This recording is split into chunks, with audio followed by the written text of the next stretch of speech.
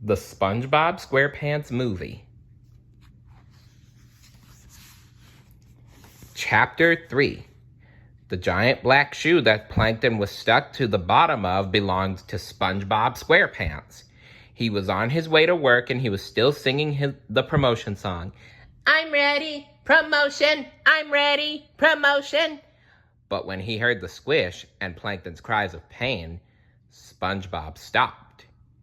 Ew, he said. I think I stepped in something. SpongeBob slammed his foot down and wiped it on the ground. Ow! Howled Plankton. Get off of my shoe! Grunted SpongeBob, wiping again. Ow! I stepped in something gross. Now it won't come off, said SpongeBob. Not in something, on something, you twit! Yelled Plankton angrily. SpongeBob lifted his shoe and saw Plankton stuck to the bottom. Oh, sorry, Plankton. SpongeBob reached down and peeled Plankton off his shoe. Ow! Are you on your way to the grand opening ceremony? SpongeBob asked. No, I am not on my way over to the grand opening ceremony.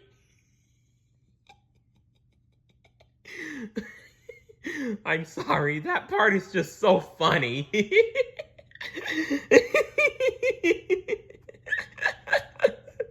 Okay, let me try again. No, I am not on my way over to the grand opening ceremony, Plankton sneered. I'm busy planning to rule the world! Then Plankton laughed maniacally. SpongeBob stared at him, blinked twice, and said, Well, good luck with that. Then SpongeBob skipped away and continued singing. I'm ready, promotion, I'm ready, promotion. Plankton watched him go and just shook his head. Stupid kid.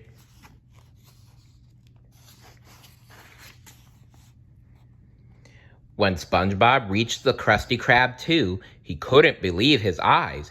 Everyone who was anyone was there. It was a real show. The Crusty Crab 2, the new Crusty Crab 2 restaurant was just as cool as the original. Even better, it was right next door. That Mr. Krabs is a genius, said SpongeBob. No wonder he makes so much money.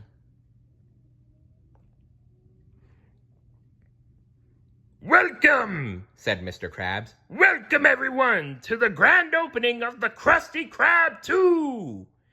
Mrs. Puff inflated her puffer belly and scowled. She turned to Sandy Cheeks. I can't believe we paid $9 for this, she said. I paid $10, said Sandy. As SpongeBob pushed his way to the front of the crowd, he spied Mr. Krabs. The proud owner had his claws raised. He was almost ready to cut the ceremonial ribbon and officially open the new restaurant. Before we begin the ribbon cutting, I'd like to introduce our new manager. Yes! Yes! Shouted SpongeBob as he danced in a circle. Yeah, now we're talking. Yeah. Ow! Shh. Squidward, sitting next to SpongeBob, sighed, hoping this would all be over soon. Well, anyway, Mr. Krabs began, the new manager is a loyal, hard-working employee. Yes, said SpongeBob, sticking his thumb into his chest. And the obvious choice for the job, said Mr. Krabs. SpongeBob looked up at Squidward. He's right. And it is a name you all know, a name that starts with an S. That's me, crowed SpongeBob. Mr. Krabs rolled his eyes, then continued, Please welcome our new area manager, Squidward Tentacles. Wait, what? Squidward? Okay, Squidward is anything but loyal or hardworking. I mean, seriously. And why would he be the obvious choice for the job? I mean, really. Anyway, behind Mr. Krabs, a huge banner with Squidward's face on it lowered from the ceiling. Another banner unrolled below. It read, "Congratulations, Squidward." "Yes! Yeah!" screamed SpongeBob, jumping around and dancing like a crazy sponge. Then he turned to Squidward. "Oh, better luck next time, buddy," said SpongeBob. "Woo! Woo! SpongeBob leaped onto the stage and knocked Mr. Krabs aside. "Yeah, all right! Hooray for me! Woo!" cried SpongeBob. In front of everyone, SpongeBob spoke into the microphone. "People of Bikini Bottom, as the manager..." SpongeBob?" said Mr. Krabs, tapping him on the shoulder. "Hold the phone, folks," said SpongeBob. "I'm getting an important news flash from Mr. Krabs. Manager stuff. Go ahead, Mr. K." Mr. Krabs leaned in and whispered something in SpongeBob's ear. SpongeBob listened, then spoke right into the microphone. "I'm making a complete what of myself? Out of myself? Mr. Krabs cringed and whispered some more. "The most embarrassing thing you've ever seen? Seen? Repeated SpongeBob loudly. Mr. Krabs whispered again. SpongeBob looked confused. "And now it's worse because I'm repeating everything you say into the microphone? Oh, for crying out loud, SpongeBob!" Krabs yelled at last. "You didn't get the job!" SpongeBob's jaw dropped and his eyes got wet. He couldn't believe his ears. "What?" he squeaked. Mr. Krabs repeated, "You did not get the job!" SpongeBob's heart sank. But why? Mr. Krabs put his arm around SpongeBob's shoulders.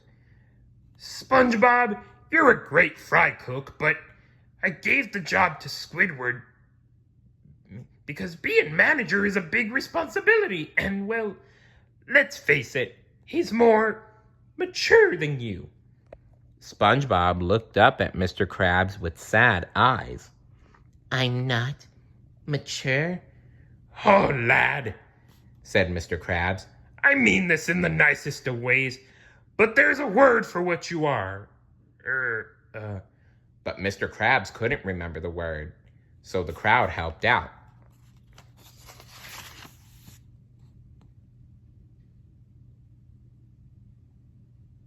"Dork!" a fish called. Mr. Krabs shook his head. "No, wait, that's not right, not dork." "A goofball?"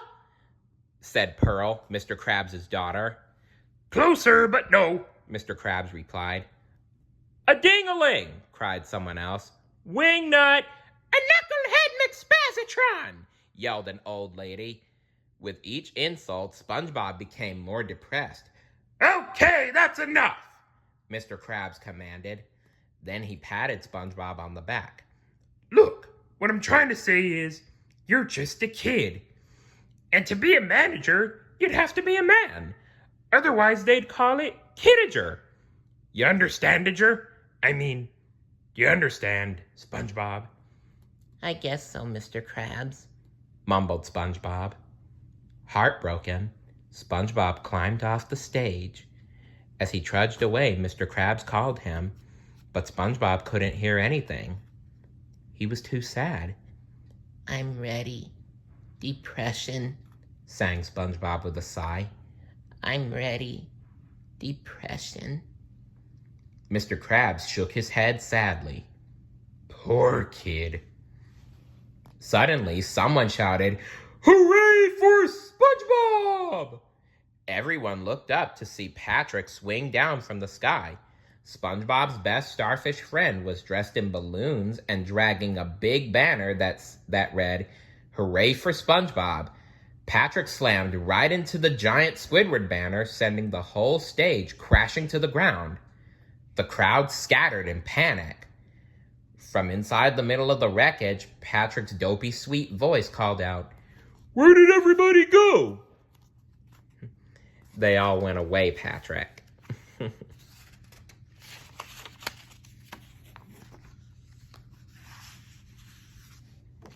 Stay tuned for Chapter 4. See you later. Bye.